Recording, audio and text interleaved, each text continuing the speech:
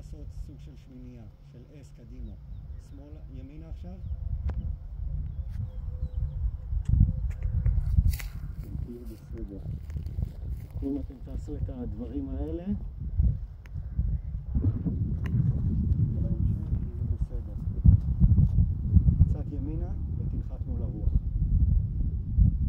הוספת מהירות, עיקרון הנחיתה, ידיים לגובה, אוזניים, עם אוזניים של חמור, ובטח תשמע אותי אחר כך במצלמה. יפה מאוד. וואי, לא שמעתי, כן? שלא היה